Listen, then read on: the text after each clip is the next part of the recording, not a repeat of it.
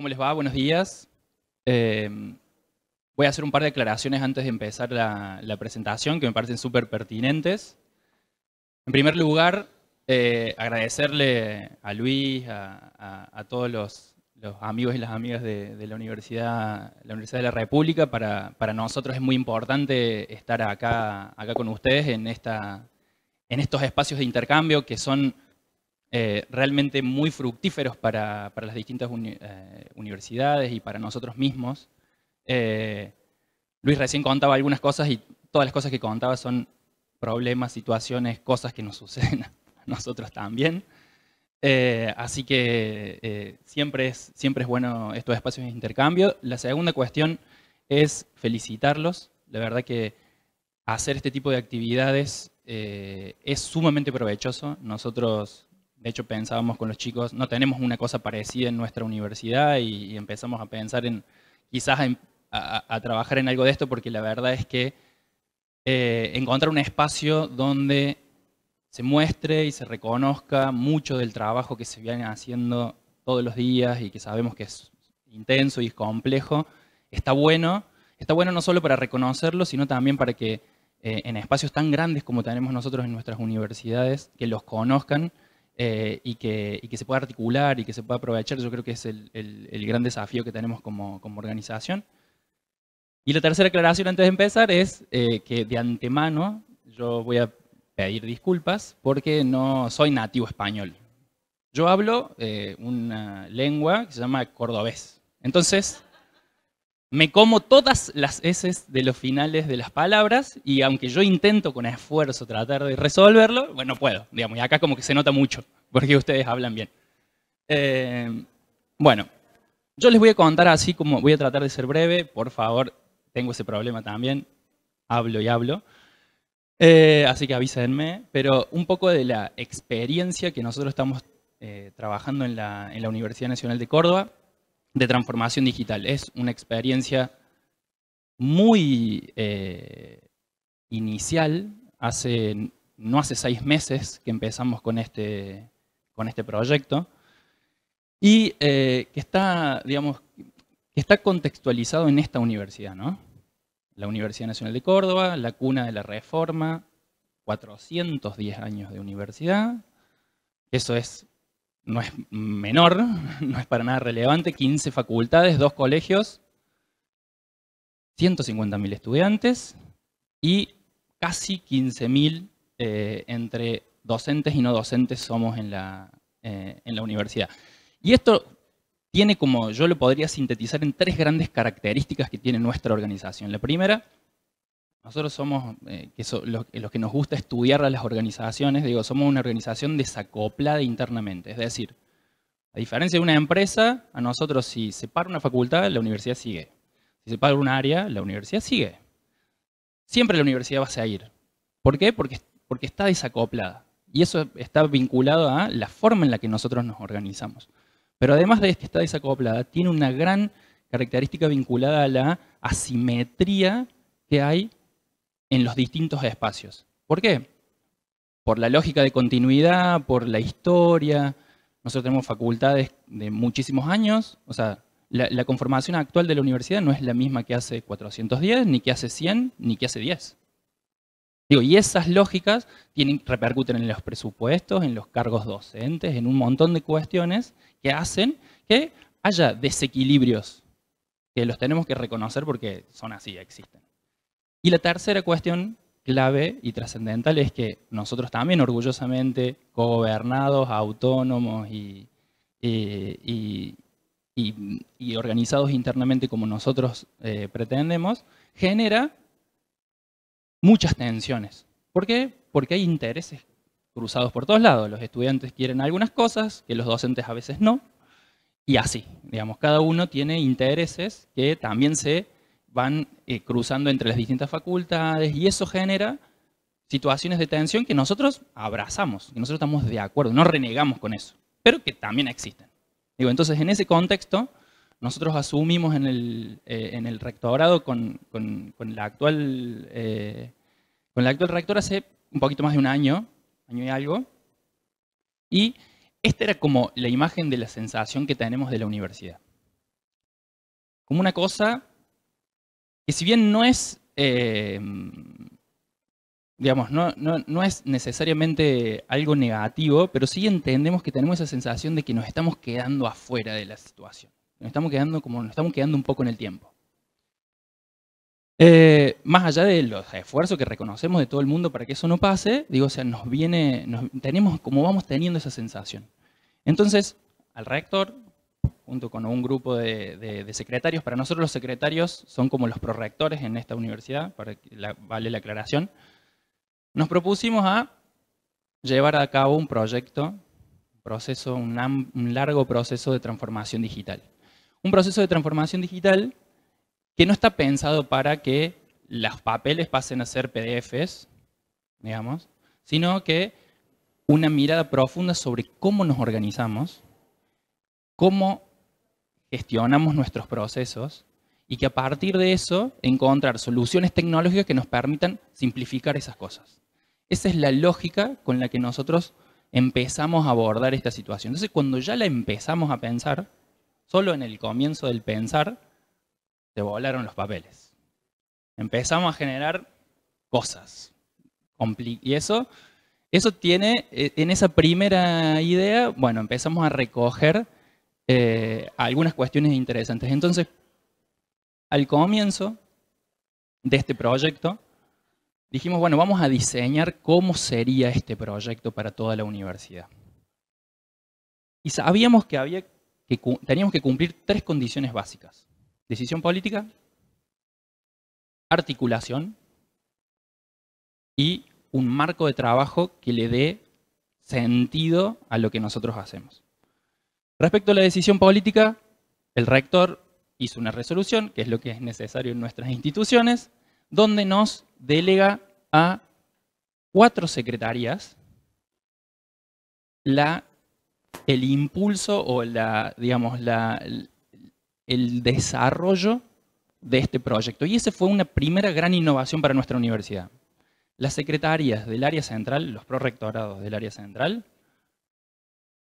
rara vez trabajaban articuladamente. ¿Por qué? Por esto que decimos, nosotros venimos de una tradición de compartimento estanco, de que cada área trabaje por sí misma y demás, y entonces teníamos un primer gran desafío de 4 secretarías, que incluye la que yo soy responsable, pero también la secretaría general, porque ahí es donde se define la política y las normas, la prosecretaría informática, que son los que manejan los desarrollos tecnológicos, y la secretaría de gestión institucional, que ¿qué es lo que le falta a todas estas patas? La plata. Lo necesitamos a Marcelo Sánchez también ahí. Entonces, conformado ese grupo, ¿qué nosotros sabemos además? Que en la universidad, y sobre todo en la Universidad Nacional de Córdoba, las cosas no se resuelven por voluntarismo. No es solo la voluntad de algún grupo de personas lo que lo lleva adelante. Necesitamos constituir una coalición, un grupo de gente con estas características. Superhéroes. Necesitábamos un grupo de personas que nos ayudaran a llevar adelante ese proceso. Que sean capaces de articular, de generar acuerdos, de lograr avanzar en esos términos. Y así fue que creamos lo que denominamos nosotros red de modernización. ¿Por quiénes estaban conformadas? Están conformadas por los secretarios que yo les estoy nombrando, más un integrante de cada una de las unidades académicas. Porque ¿qué pasa? Esto que les decía, en el contexto en donde hay múltiples decisores, decanos, consejos directivos y superiores, estudiantes, graduados y no docentes en decisiones, en función de decisión, y una multiplicidad de necesidades, muchas necesidades, lo que venía pasando es que se generaban esfuerzos aislados, se multiplicaban los esfuerzos aislados para resolver algunas problemáticas que eran comunes muchas veces y que en definitiva nadie estaba como conforme con la solución que se encontraba. O sea, como los esfuerzos eran aislados y eran según las menores capacidades o más pequeñas capacidades, se lograban resultados que no terminaban de satisfacer a nadie, pero que, visto en términos organizacionales, eran un montón de esfuerzo puesto en ese mismo problema. Entonces, una facultad tenía la solución de su certificación digital de una manera, otra de otra, y otra todavía estaba renegando de cómo dejar de firmar certificados de una actividad docente.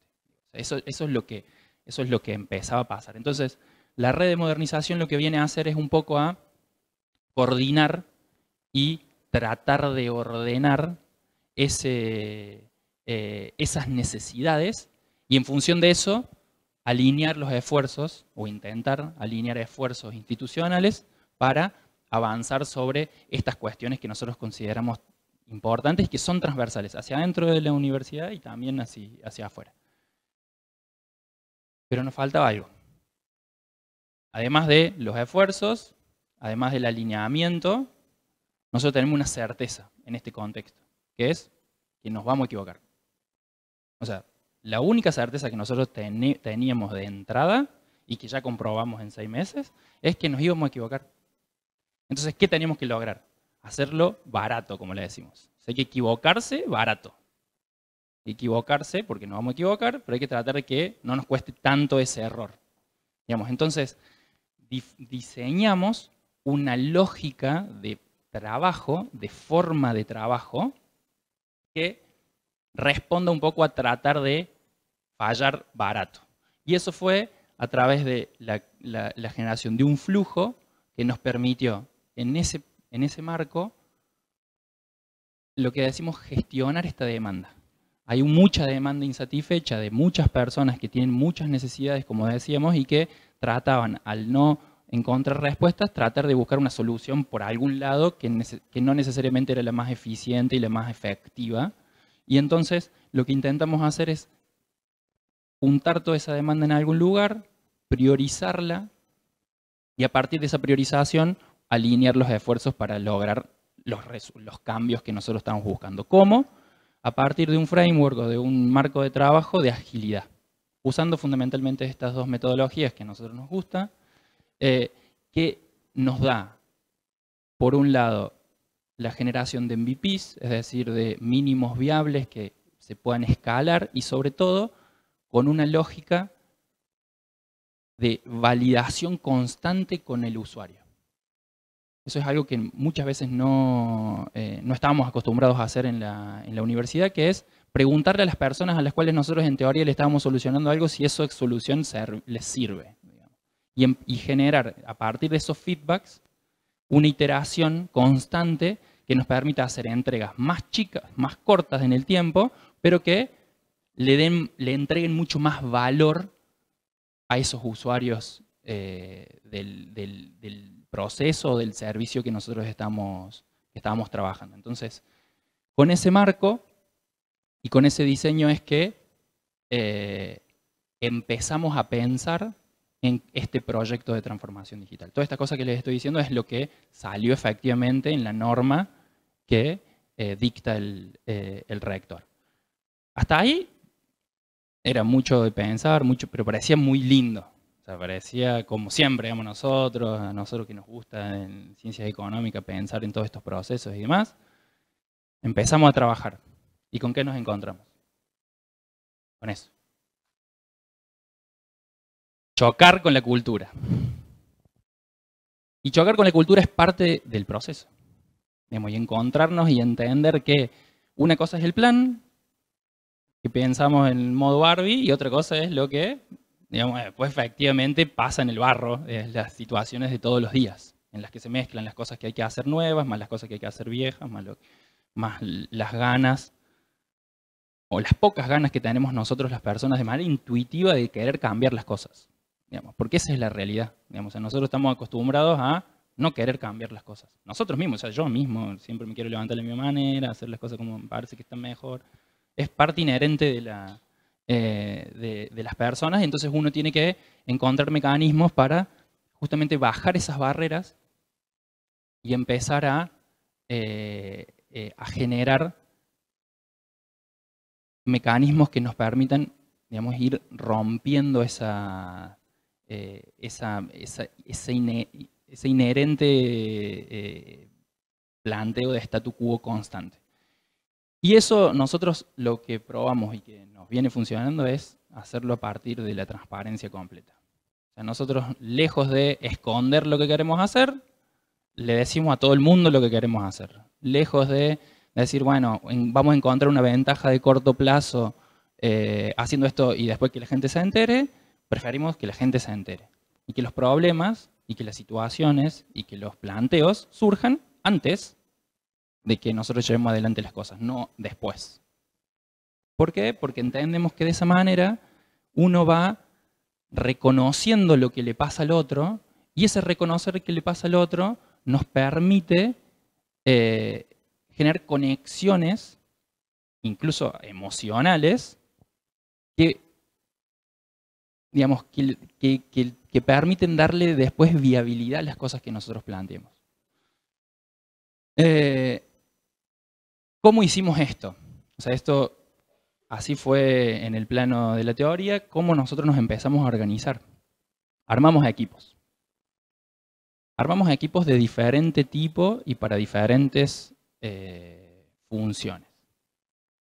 Armamos una mesa estratégica. Esta mesa estratégica básicamente está conformada por la red de modernización que les contaba recién, que lo que hacía, cuya función principal es esta de definir los lineamientos, es decir, cuáles son los lineamientos de trabajo, sobre qué cosas vamos a trabajar y cuál es la visión de lo que pretendemos en esos términos. Y después, el desafío más grande que tuvimos hasta ahora fue conformar las mesas técnicas de trabajo. Las mesas técnicas nosotros les llamamos a aquellas, están conformadas por todas las personas responsables de algún área en la cual toca el proceso de lo que queremos cambiar. O sea, no es que solamente nosotros no asumimos el proyecto de transformación digital, como les decía, como un pasar a PDF un papel. O sea que no está solo el área de IT, no son solo los informáticos los que llevan adelante el proceso.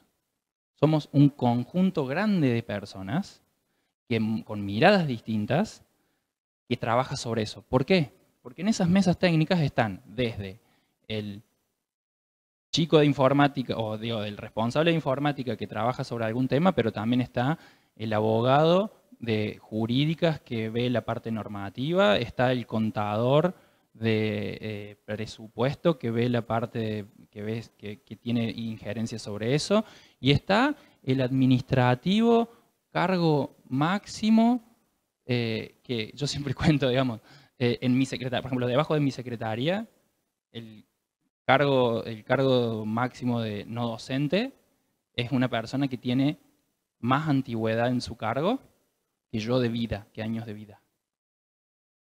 Digo, y se cruzan todas esas cosas. Entonces eso también hay que reconocerlo y entender cómo se trata. Entonces, todas esas personas juntas en una misma mesa, discutiendo sobre la problemática, discutiendo sobre el proyecto, discutiendo sobre la línea de trabajo, sobre esta visión que nosotros planteamos de hacer, porque eso genera esto, ¿no? Que las soluciones, si bien nos demoran un poco más, están miradas desde muchas perspectivas y están entendidas desde muchos lugares, que después a todos les ha pasado de, mira, los que hicieron los del sistema, que me trajeron esto y no se fijaron en esto, el sistema que se enojan siempre.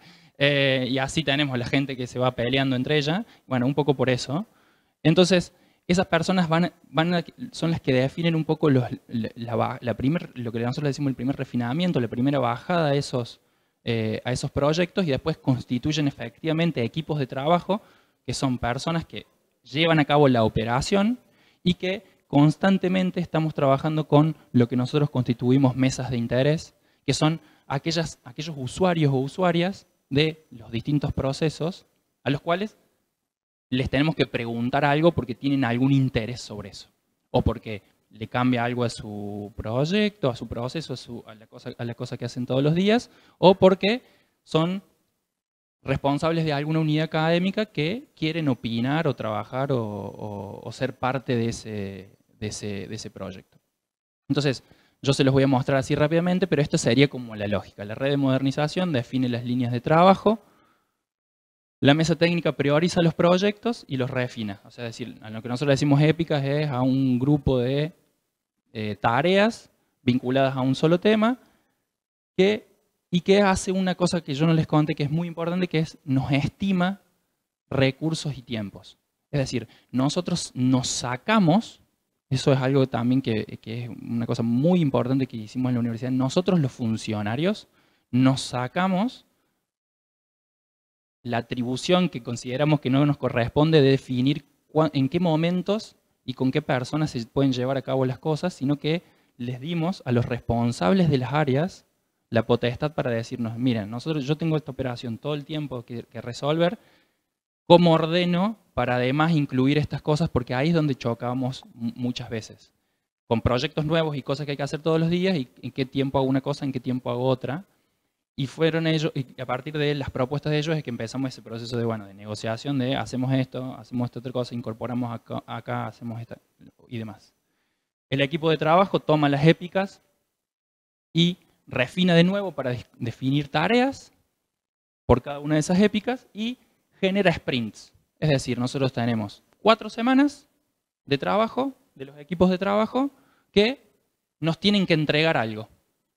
¿Qué nos tienen que entregar? Esto que nos definieron ellos. En esta primera, por ejemplo, en este primer sprint, entran las 2 tareas de la épica A, una de la B, una de la C, y nos entregan eso, que nosotros validamos con las mesas de interés y empezamos el proceso de nuevo. Entonces estamos todo el tiempo, constantemente, generando entregas de cosas, por más que sean chiquitas, por más que parezcan imperceptibles. Generamos una lógica donde siempre le estamos diciendo a alguien, che, estamos trabajando en esto, y no llegamos 2 años después con una solución que capaz ya no hace falta. Estas son nuestras caras de mesas de trabajo. Así era como complicado a veces. Mira, Belén. Pero bueno, ahora solamente les voy a contar un poco cuáles son esas líneas de trabajo que hemos definido hasta ahora. Y voy a profundizar sobre una que fue nuestro primer hit, podríamos decir. Nosotros definimos 5 líneas de trabajo y consideramos que esas 5 líneas de trabajo no las vamos a resolver ni siquiera en nuestra primera gestión del rectorado de la universidad, pero que tiene que ver con certificaciones digitales, que ahora les voy a contar, identidad de la UNC o ID UNC, que es la generación de un perfil digital que nos permita resolver trámites, tener domicilio, tener credenciales digitales. Cobros de la universidad, que tienen que ver con los procesos de facturación, de registro, de muchas de las actividades que se empiezan como los posgrados que se cobran en la universidad. Atención UNC tiene que ver con la manera en la que nosotros tomamos contacto con el público, que hoy es multiplataforma, multihorario, multitodo, digamos. Nosotros a mi secretaría le llegan solicitudes de pedidos de la Facultad de Odontología, y antes era como re fácil, porque llegabas a tu ventanilla y vos le decías, no, mira, camina una cuadra acá en Ciudad Universitaria y anda a preguntar ahí. Ahora es como más difícil decir eso en un contexto digital. Y por último, la automatización de la información, que es clave también y que tiene que ver con lo que decía Luis, y que es cómo gestionamos nuestros datos, y ahí tenemos como mucho camino por recorrer. Pero yo les quiero contar sobre todo lo de certificaciones digitales. Que nosotros nos posicionamos en términos de visión como que cualquier actividad que se haga, tanto de una formación académica como cualquier otra actividad de cualquier persona de la universidad, tiene que tener una certificación digital, y que certificación tiene que ser segura, tiene que ser trazable, tiene que ser confiable. Y entonces a partir de eso, los chicos de las mesas de interés se juntaron y definieron que había como estos 2 grandes proyectos. Diplomas por un lado, nosotros le decimos diplomas a lo que tiene que ver con todos los trayectos que pasan por el Ministerio de Educación de la Nación. Para nosotros son las carreras que después te dan título profesión, o sea, que te habilitan a la profesión. Digo, eso es una cosa.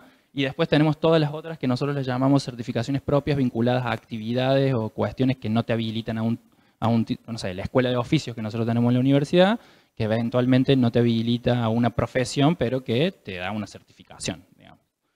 Entonces ahí definimos una serie de de proyectos, como el de actas digitales, el de diploma digital, el del suplemento del título, que es algo que se anexa a nuestros analíticos y que te muestra cosas que no son solo las notas de la actividad académica de la carrera. Y la unidad, nosotros lo definimos como unidad de certificación, que es un espacio dentro de la universidad que nos permita hacer validaciones, generar las certificaciones con... Estas son las épicas, digamos, que tienen que ver con la normativa, con los formatos, los contenidos y demás. Cada uno de esos proyectos tiene el estado donde está actualmente. Nosotros, por ejemplo, el de diploma, estamos en la etapa, en el estado de diseño, pero en el de actas digitales llegamos a implementarlo. Eso es un poco nuestro hit. En actas digitales, lo que nosotros, el proceso de actas digitales, bueno, no sé, ustedes los que son docentes, más o menos supongo que entienden esta cosa, o le va a tomar un examen a un estudiante y en un papelito pone, se sacó tal nota, lo firma y lo entrega en despacho a alumnos, oficialía, le decimos nosotros, área de enseñanza, algo por el estilo. Entonces eso se registra, perdón, se da conformidad y se valida. Ese es el proceso habitual que existe. ¿Qué intentamos hacer nosotros? Primero, eliminar el papel como etapa inicial, es decir, que dejen los profes de firmar y escribir, firmar. Y eventualmente estamos avanzando ahora, y está casi listo, usar blockchain para validar después esas cosas. ¿Por qué? Porque esas actas, ¿para qué nos sirven? Para que cuando un estudiante dice, che, ya estoy para recibirme. Entonces alguien controla que efectivamente el 4 que se sacó en matemática 1 sea un 4. Hoy, ¿cómo se hace ese proceso? Se agarra un librito, alguien busca eso, dice, ah, sí, lengua se sacó un 4, qué bien, y check, y así. Las 35 materias o 40 de un plan de estudio. Imagínense que ese proceso nos lleva 2 meses en mi facu. Entonces, pero logramos ahora la etapa anterior, que era la de digitalizar eso. Imagínense el contexto. Digitalizar y pedirle a profes titulares, que son los que cierran materias, 50 para arriba si somos generosos, que cambien esta milenaria forma de registrar las actas. Desde siempre se hizo así. Desde siempre vos firma y lleva el papelito, digamos, o sea, así. Entonces, bueno, se armaron los equipos de trabajo, las mesas definieron cómo, los equipos de trabajo nos trajeron una primera solución que empezamos a hacer ese proceso de validación. ¿Cómo lo hicimos? Reuniéndonos, la foto no lo registras exactamente, pero digo, reuniéndonos con administrativos del área de enseñanza. Los primeros. Che, ustedes controlan con los profes. ¿Esto cierra? ¿Sirve? Mira, el botón está acá, la cosa se hace así. ¿Te parece que va bien? Sí. Y después, con los secretarios académicos, que son, después de los decanos, que son los dioses, son como los semidioses de la facultad. No se jode con los secretarios académicos. Perdón si hay alguno que acá, pero son bravos, digamos. Entonces, hablamos con los secretarios académicos que nos dieron el ok y terminamos hablando con los decanos, que son los que después efectivamente en nuestra propia organización son los que van al Consejo Superior de la universidad y que votan un cambio de normativa que es necesario hacer.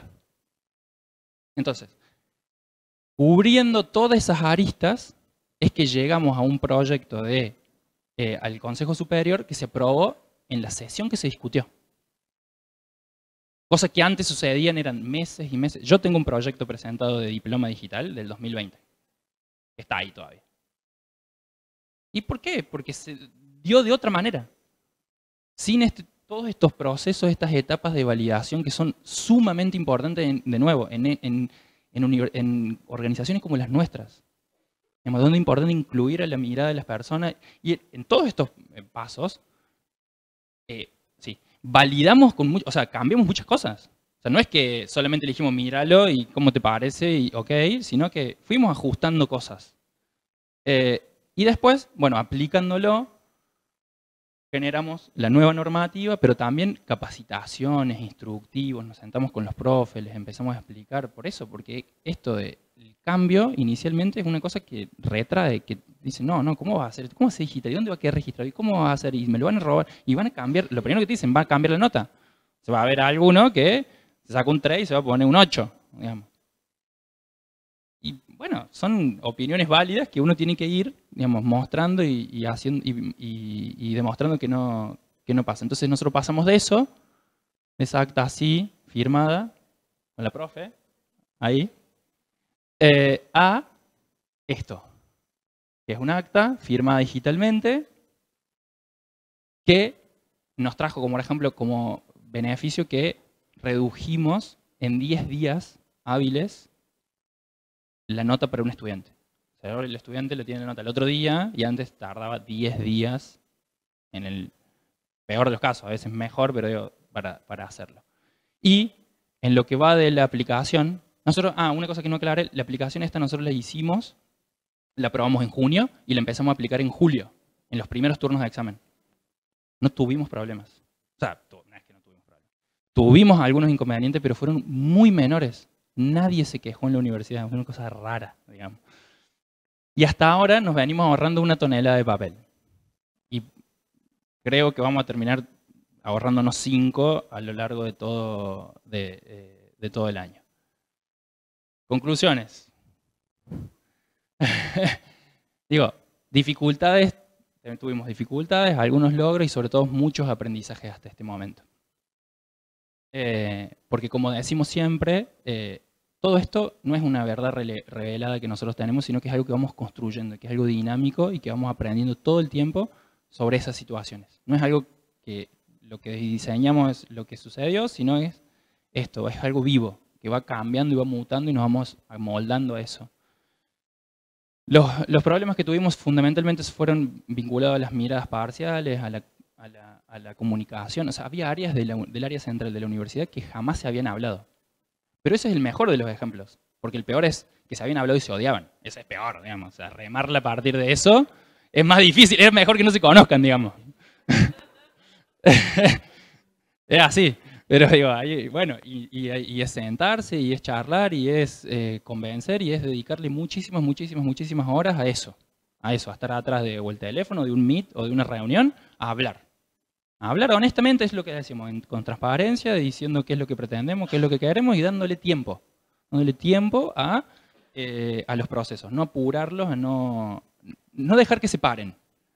Pero no hacer que se prendan fuego, sería. Ese es un poco lo que estamos trabajando. Y entonces, los logros que hemos hecho es, claramente, hay mucha más articulación en la universidad. Hemos generado agilidad y impulso. La cosa va. Nadie dice que va necesariamente, no va tan rápido como yo quisiera, pero no está parado. Y no estar parado es una sensación muy importante que tiene que ver con lo del movimiento que tiene que ver con esta feria. Pero digo, o sea, sensación de avanzar es muy importante sobre todo para bajar las barreras del choque contra la cultura. Es decir, si uno está avanzando, sabe que va avanzando y que es inevitable y bueno, y se va a ir acomodando a ese avance. No hay que acelerarlo lo suficiente como para que se rompa, sino que hay que hacer que fluya.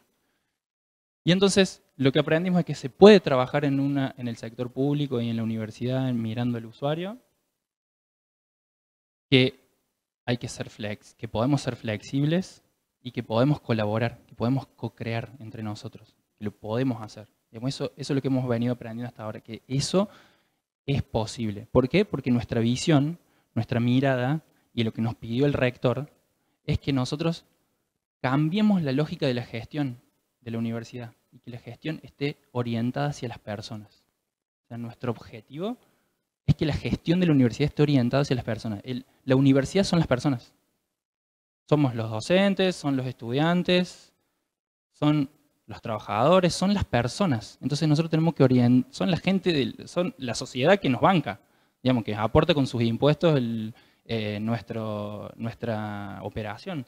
Entonces, nosotros tenemos que focalizarnos y llegar a pensar en la gestión a partir de las personas. ¿Cómo? Mejorando su experiencia o simplificando las tareas de los que trabajan. digamos, generando una mejor burocracia, digamos. ¿Por qué? Porque las actividades misionales que les decimos nosotros de la universidad, la investigación, la enseñanza, la extensión, se apoyan sobre esa estructura de funcionamiento. Entonces, ¿qué nosotros tenemos que hacer? Orientar a las personas y hacerlas versátiles, hacerlas flexibles, hacer que en este contexto donde hay tanto cambio, nosotros preparemos a nuestra organización para cambiar. Que nosotros digamos, hagamos que todo nuestro esfuerzo esté orientado a que la versatilidad y fundamentalmente la empatía, el ponerse en el lugar del otro, el entender a las personas en la gestión, tiene que ser nuestro norte, porque eso nos va a permitir que la universidad siga siendo una de las organizaciones más importantes del siglo pasado y que seguramente pueda ser en este siglo. Digo, pero para eso tenemos que concentrar nuestros esfuerzos en adaptar nuestra organización y hacerla más transitable para todas las personas. Eso es todo.